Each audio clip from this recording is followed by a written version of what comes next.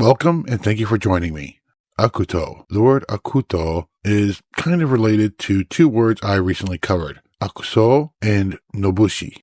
In English, it's commonly translated as evil band or bands, or villain or villains, and it can apply to individuals or groups. And before I get into it more, I will be using the word authorities in this video in a broad sense to include estate proprietors, who were usually either aristocrats or religious institutions, and the bakufu, or the local agents of proprietors or bakufu.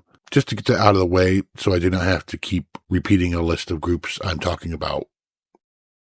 It is made of two kanji, the first being aku, meaning evil, wrong, vice, wicked, bad, and so on.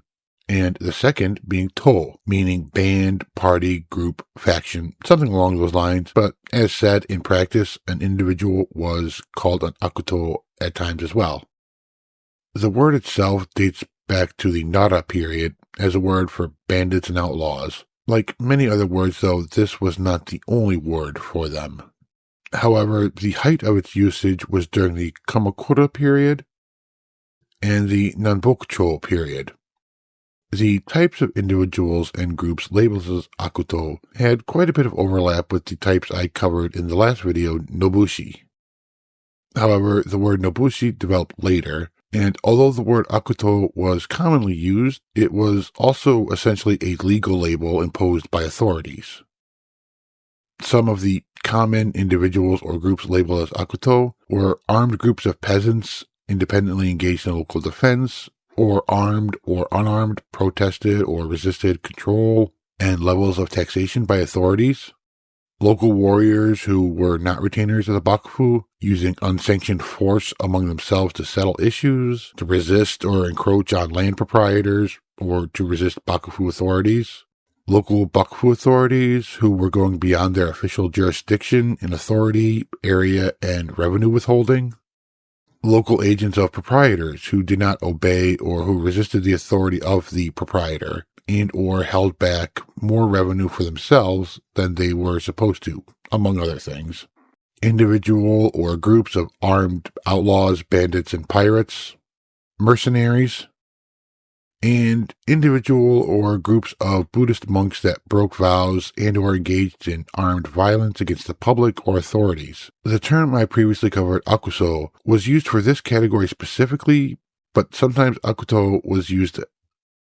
As with the Akutō and nobushi, Akutō were a real issue, and they could be a problem, but it was also a label that could be used to make a situation look worse than it was. With the use of the word Akutō, a land proprietor or the local agent could turn a group of farmers complaining about being overtaxed into being perceived as a group of armed outlaws by other authorities.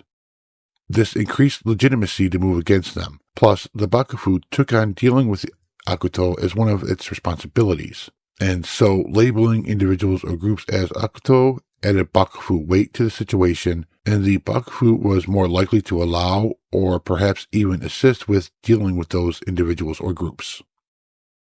In popular media, they are often portrayed as bands of outlaws and bandits, which some were, but by the Kamakura period, the term was more widely applied, and the numerous mentions of Akutō in documents gives an impression that the problem of outlaws and bandits, while real, was much larger, if this nuance is not understood. I should clarify again that this is not meant to say that Akutō were never a problem, nor that those labeled as such were always peaceful, innocent victims, but differences in how the word originated, what it was supposed to mean, and how it was used in practice, in the Kamakura period especially, leads to a degree of vagueness, unclarity. So when you come across this word, you have to consider what kind of Akutō is being talked about.